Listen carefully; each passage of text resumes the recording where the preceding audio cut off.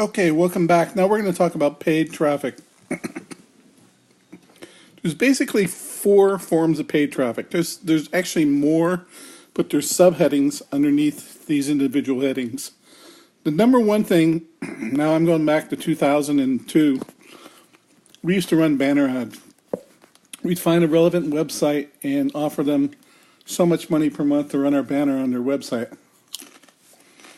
And at that time, it was very effective because people were new and everything on the internet was exciting back in 2001, 2002. They'd see something, guitar's lowest price, and they would click on it. Or maybe it's the latest brand, or maybe it was just animated graphics, whatever. Those banner ads were very responsive. Today, everyone has what's called banner blindness. They're so used to seeing ads on banners that they actually don't like to respond to them because they know it's an ad. Now, there's nothing wrong with advertising, but honestly, if somebody wants to casually check something out and then they're buying on an impulse, getting there through a text link is usually more effective because they don't feel like they're being manipulated into buying something like a banner ad would do. So banner ad has got a low response rate. It's correspondingly lower costs, and there are people that can do well with them depending on the product, the niche, whatever. But in general, you'll go out there and say banner exchange site. So guess what? It's just not worth it. The next one that, again, is another thing that is good in concept but doesn't work as cost per view. This is basically where you're paying a penny or 2 pennies per someone viewing your website, and it happens because someone accidentally downloads some adware or malware onto their computer. So let's say they go to a relevant website. You tell it to show your ad whenever they visit a particular forum or something. What will happen is your ad will pop up underneath their web browser as a new browser. So it doesn't show up in the middle of their view when they're making decisions and thinking.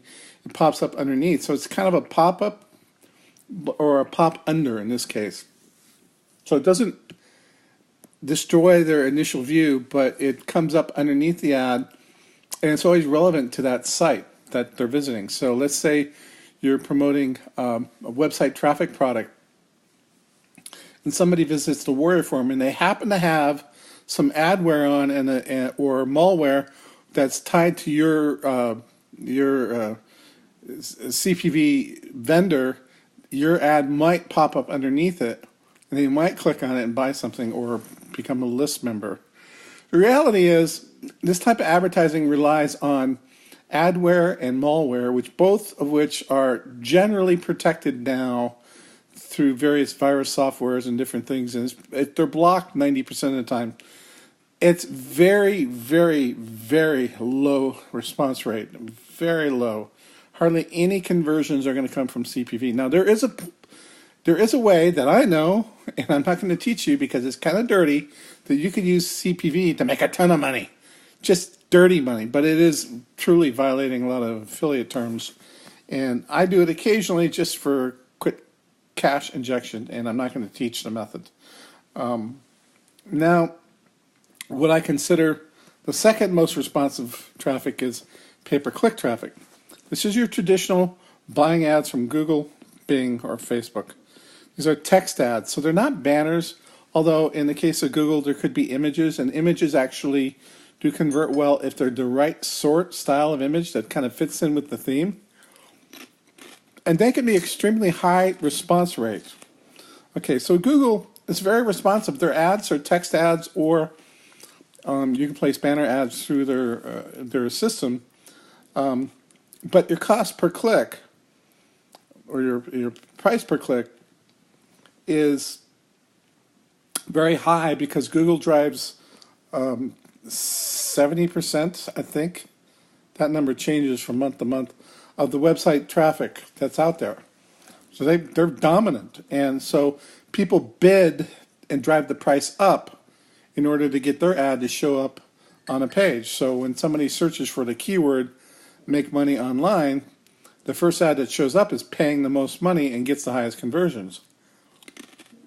So it's very, very challenging to get a price per point that makes it economical for most people. And here's part of the reason why. There are some people that have very high lead values. In other words, if you happen to be a dentist that sells replacement teeth, okay, they drill how they call it, implants, a full mouth of teeth with implants is like $20,000. So if you spend $1,000 in pay-per-click ads to get a $20,000 order, you're fine with that. But if you have to spend $1,000 in click ads to make $40 on an ad, you're going broke. And that's typically what happens because of the competition out there for pay-per-click with Google, primarily Google. People in the internet marketing space have a hard time competing and actually making a positive ROI because of that competition. Now, Bing is very similar to Google in that they work the same rate. People are bidding on keywords and drives the price up, but they drive substantially less traffic. So the demand for their keywords is considerably less, so therefore the cost is less. At the same time, there's fewer conversions, and there is a lower return on investment in the long run. You're more likely to make money in internet marketing products with Bing than Google, but it's still very challenging. And the same thing applies with Bing as Google as everything else. You can't drive traffic straight to a sales letter and expect to get an order. What you want to do is drive them to an opt-in form and put them through a sales funnel so that you can pick up multiple orders and have a chance to cultivate the client. Facebook is particularly good for local marketing. The neat thing about it is you can pinpoint your targeting. In other words, let's say I own a pizza parlor in La Mesa, California. Well, I want business from La Mesa, California, but not El Cajon. I can pick La Mesa, California, and I can literally map out the streets that I want this ad to show on. And I could say man or female, age group. So I could target it for men over 25 to 40 that live in this area for my little bar. It's a beer bar. But I have a wine bar too, and in that I'm going to go after women ages 35 to 50. So you can target it more. So that makes Facebook extremely valuable in terms of local marketing and being able to really nicheify or target your ads to your exact product. The other thing Facebook is good for is, again, it goes back to the fact that it is in effect social media. So if I have a small local business, let's say I'm selling auto mechanic services, oil changes, repair of your car, and I'm in Stone Oak, Texas, which is 78258, right? I could actually run ads within that specific area to attract people that are in my area that are more likely to respond to my service. And everybody gets their car repaired. People talk about it. Or let's say I have a bar in downtown New Orleans. I could pick out the streets around a hotel, say this is where I want to run my ads, and it could only be people that are staying in those areas at the time or have that IP. Now remember, since you can specify by geo or address, age, gender, gives you a lot more. Plus, the thing about Facebook is it gives you some behavioral selections. If somebody is likely to be frequenting websites on health and fitness, you could specify that in your product. So that is or their friends do. That's way more able to nicheify and get down to a very specific area. So it's very more powerful. Now on the CPC side, this is cost per click. This would be your solo ads. Now what a solo ad is, I have an email list for business opportunity and internet marketing, right? You can come to me and I'll sell you ads for 40 cents a click or 50 cents a click. And I'll email my list to promote in my case, it has to be a squeeze page because I don't promote sales letters. Because most people are disappointed if I promote sales letters because they only got one sales letter. Well, the fact is, if they go into a sales funnel, go back to the funnel thing. You could sell them 15 different times over several months. So I just promote sales funnels only. So that's cost per click. The great thing in that is good for internet marketing and business opportunity because there are literally thousands of people trying to sell that sort of solo ad. But let's say your niche is women's Christian studies. You're not going to find anybody to sell you a solo ad list for that. Nobody's got traffic in that niche because it's too specific. Well, let's say you want to send an email out to just women over 40. You can't do that with a solo ad list. Solo ad lists are made up of name and email, and I collected them from a business opportunity website, just like you signed into to get to this course. So obviously you're interested in business opportunity stuff, right? Now, I didn't ask you for your age or your gender or your income level or anything else. I just said, give me your name and email address.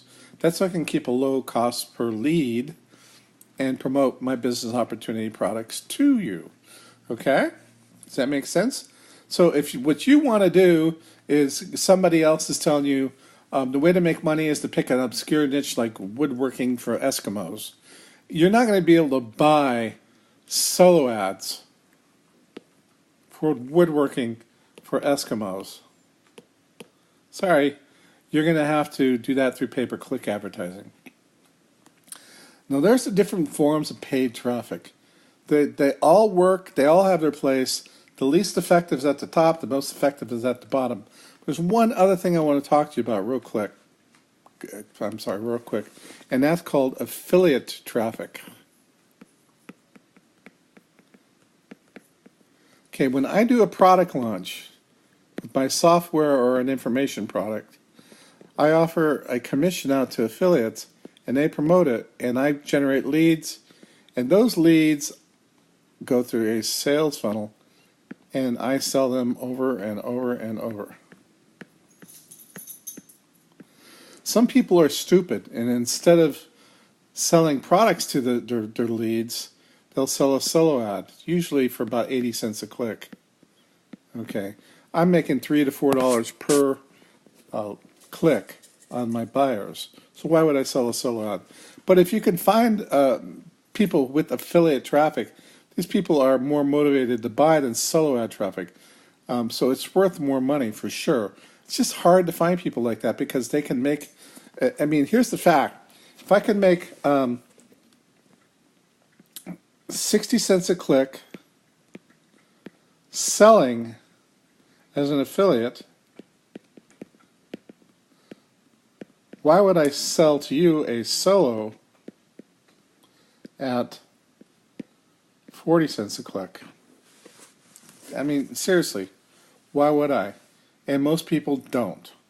So anyhow, if you can get affiliate traffic, great. You usually got to have an offer. Got to make you.